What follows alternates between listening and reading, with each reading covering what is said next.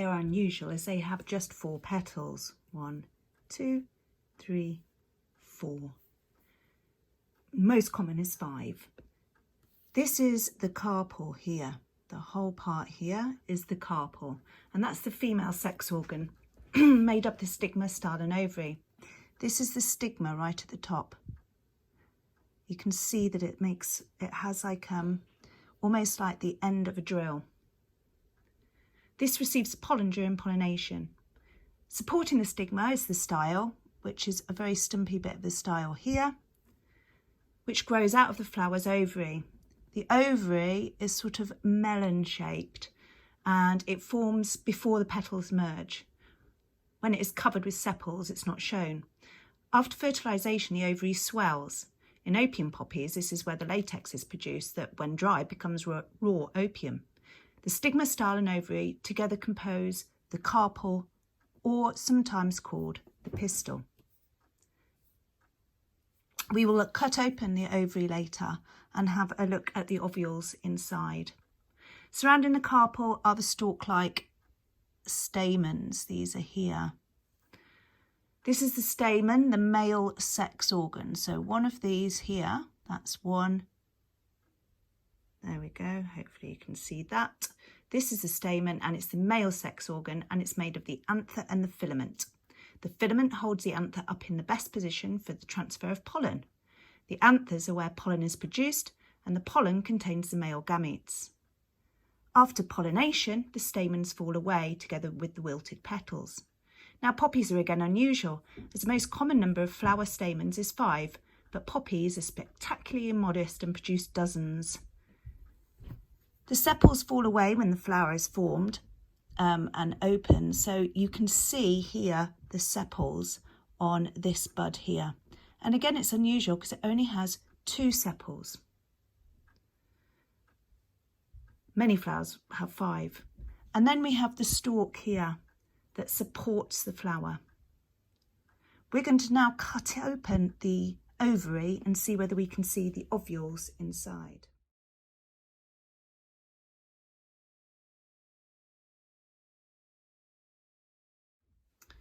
So cutting it open, we try to go straight down the middle, as close to the middle as possible. Be very careful of your fingers.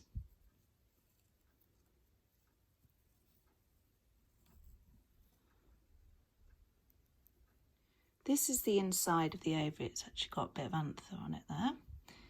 And here, down here, these little white bits here are all ovules. Here's a filament with an anther on top.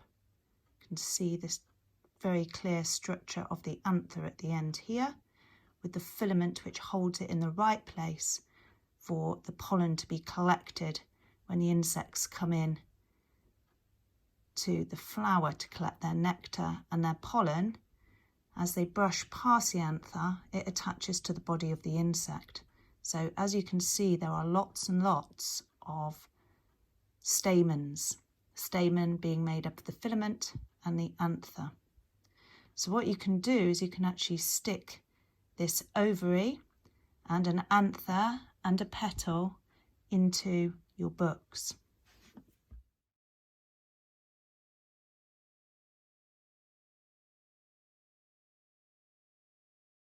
This is the bud, and as you can see, if you pull it open, it has 2 sepals. 1, 2. So those are 1, 2 sepals. And then the flower will open up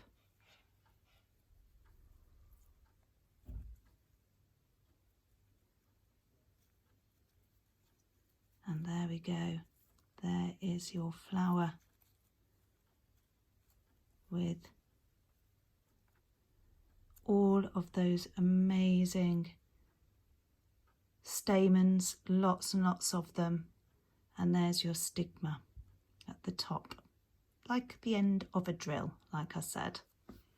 So then what you can do once you've dissected it is that you could stick it into your book using sellotape, and then using a marker pen you can label each of the parts.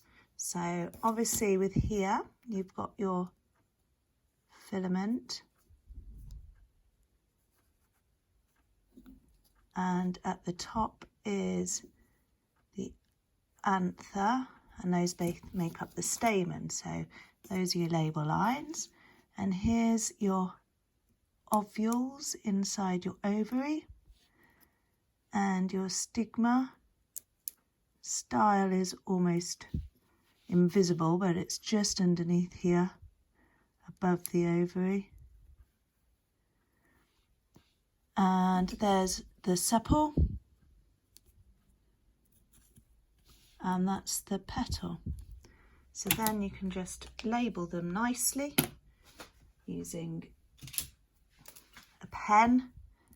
Anther, filament makes the stamen, stigma, style, ovary containing ovules make the carpel, and then we've got the sepal and the petal. And so what you should end up with, there we go, hopefully something like that in your book. So now we move on to the lily. Unfortunately I couldn't get any lilies which were actually out, but here is the bud of a lily. So this is a petal, obviously, and if you go in underneath all the petals, and I'm going to have to pull them off because they're quite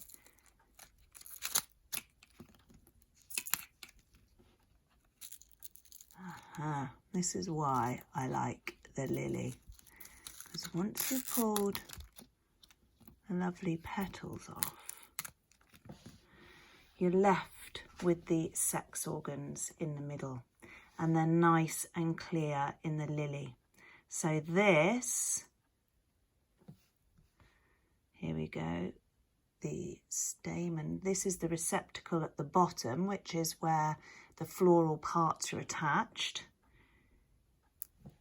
This is a stamen, and it's a very nice clear stamen. So there's your petals, and we've got 1, 2, 3, 4, 5 petals, which is the normal number for a flower. We have 1, 2, 3, 4, 5 petals, and there's an anther, and there's 1,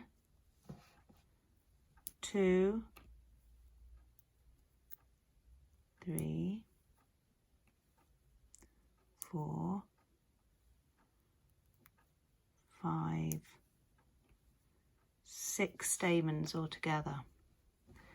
Now there's the anther, and this is, all the pollen will be on here when it's made. Obviously this was a juvenile flower, so it's not out of bud properly yet, but this gets covered in a bright orange pollen, which actually, if you get it on your clothes, will stain your clothes, as I know, and the floor and the sides of the surfaces in the kitchen. So it's better. A lot of people actually pinch off the anthers when the lilies come out to stop them from staining everything.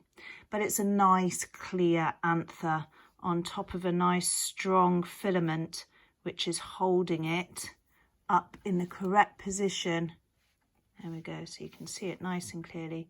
There's the strong filament holding the anther up into the best position for the pollen to be collected by the insects. So those are your petals and your filaments. Now we come to the female part, the carpel. So here is the stigma. Now when it is ready, it will become sticky, and you can actually, when it is ready, you can actually see the goo sort of dripping off it, and the whole purpose of that is it makes it ready. There we go. It makes it ready to collect the pollen. So when pollen brushes onto it, it sticks onto that. Now it's held up into the correct position by the style. So we have the sticky stigma and then we have the style. This is all the style. And so it carries on going down. This is the style.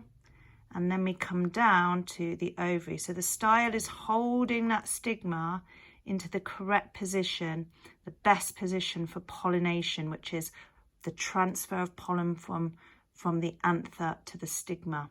That's pollination. So the pollen will land on there and that will be pollination.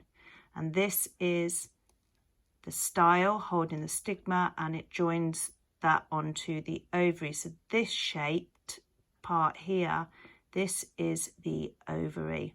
And we're going to cut this open. So this is the ovary and we're going to cut it open by slicing straight down the middle. Hopefully.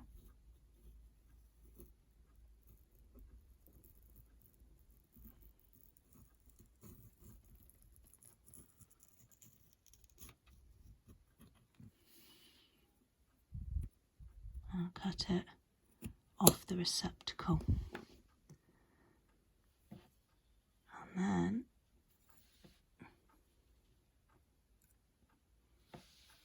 what I have now is I've cut through the stigma at the top here. So here's the stigma. This is the style running down to the ovary. And in here are the ovules.